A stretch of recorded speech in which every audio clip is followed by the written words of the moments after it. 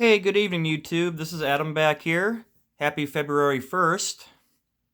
Nice Monday evening. Nice and snowy Monday evening to be exact here in Twinsburg. I hope all was well and had a nice weekend. I want to show you my 1953 Bowman color cards, and I got a fair amount to show you. This is one of my favorite sets from the 50s. And the first one right here is pretty obvious. It's Warren Spahn, one of the greatest left-handed pitchers of all time. And I believe he was inducted into the Baseball Hall of Fame in 1973, if I remembered correctly. 363 career wins. Here's another good lefty, probably the best pitcher in New York Yankees history. It's Mr. Chairman of the Board, Whitey Ford.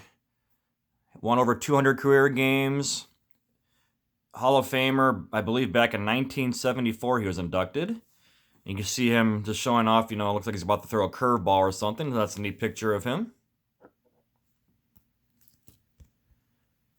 Here is Mr.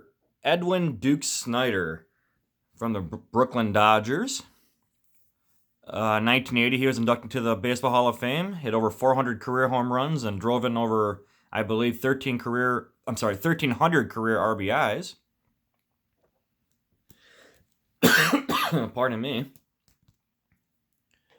Here is no other than Harold Pee Wee Reese, Jackie Robinson's teammate. You can see right there, it's a neat picture of him, one of my favorite cards of the 50s. He's about to turn a double play right there. So that's a neat picture of him. Very expensive card, too. Here is Robin Roberts, one of the best Phillies pitchers in history. He won over 280 career wins. And Hall of Famer, I believe, in 1976. Oh, and I think Pee Wee Reese was inducted in 1984, if I remembered right. Here is another pretty neat card. Stan the Man Musial. 3,630 career hits, a 331 career batting average. Hit over 400, I think he had 475 career home runs and drove over 1,900 RBIs, that's a fantastic career. One of the best hitters of all time and inducted into the National Baseball Hall of Fame in 1969 in his first year of eligibility. Here's one of the best offensive catchers of all time. Won 3 MVPs, just like Stan Musial did. It's Roy Campanella. You see there's some creases in it, but that's a pretty neat card of him. He had a nice career. And Hall of Famer in 1969 as well. Here is the best pitcher, or one of the best pitchers in Cleveland Indians history, Mr. Bob Feller. He won 266 games, served in the war, and inducted into the Hall of Fame in 1962. So that's a good one. Here's a second-year card. I showed you the Topps card of him. This is his first card on Bowman, Mr. Eddie Matthews. Over 500 career home runs, a brilliant power hitter. And I believe he was inducted into the National Baseball Hall of Fame in 1977, if I remember correctly. Here is Mr. Nellie Fox, one of the best defensive, I believe he was a second baseman of all time. And inducted to the Hall of Fame back in the 90s, a long wait, but unfortunately passed away at a very young age in 1975 of skin cancer. But he was a very good ball player.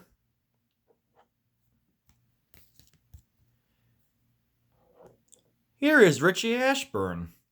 Had a nice career with the Philadelphia Phillies and the Cubs, I believe. And over a 300 career hitter, inducted into the Baseball Hall of Fame in 1997, I believe with the Veterans Committee, if I remembered correctly. And you can see there's a mark right below his right eye, but still a pretty neat looking card. Him with those lawn socks. Here's another one of my favorite 53 Bowman cards, no other than Lawrence Yogi Berra, the best Yankees catcher of all time. Well, and him and Thurman Munson, but for my opinion, I think Yogi Berra is even better than Munson. But Munson had a good career, even though it was cut short. But this is Yogi Berra, 3 MVPs, inducted to the Baseball Hall of Fame in 1972. Hit 358 career home runs and drove in a lot of RBIs as well. And he's the one that caught Don Larson's perfect game back in, I believe it was 1956.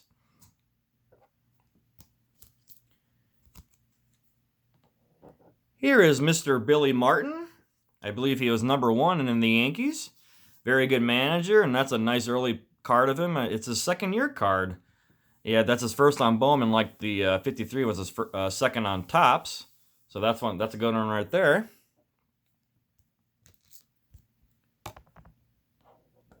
Oh, looky there. There's Billy Martin again, alongside Phil Rizzuto. Oh, look at that. Phil Rizzuto, nice, a good Hall of Famer, inducted in 1994. Billy Martin, unfortunately, is not in the Hall of Fame, but who knows, maybe that'll change someday with the Veterans Committee.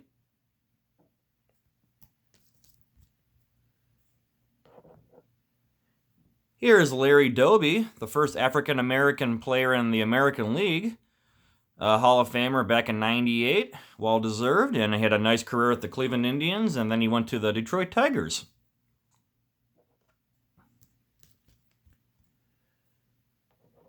Here is Hall of Fame manager Al Lopez, here with the Cleveland Indians.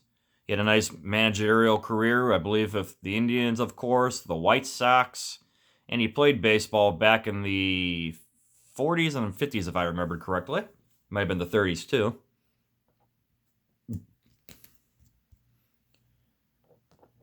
Here's a picture of early one, a nice semi-early card of him. He had 300 career wins, inducted into the Hall of Fame in 1972, had a brilliant career, and he actually had exactly 300 wins, so that's a pretty neat fact.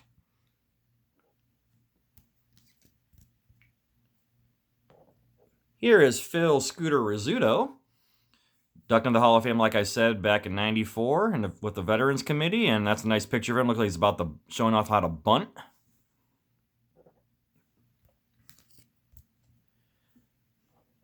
Here's a player that should be in the Hall of Fame, but he isn't, unfortunately. Gil Hodges. He had a nice career with the Brooklyn Dodgers. He had over 300 career home runs. And unfortunately, he passed away at a fairly young age back in 1972.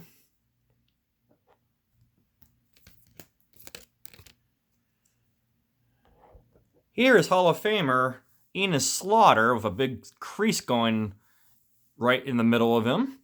But that's any picture of him. Looks like he's on a middle of nowhere. Looks like on near a pitcher's, like a pitching diamond or I'm sorry, the pitcher's mound, I should say. But it looks like a nice sunny day there, and he had exactly a 300 career batting average, inducted into the National Baseball Hall of Fame in 1985.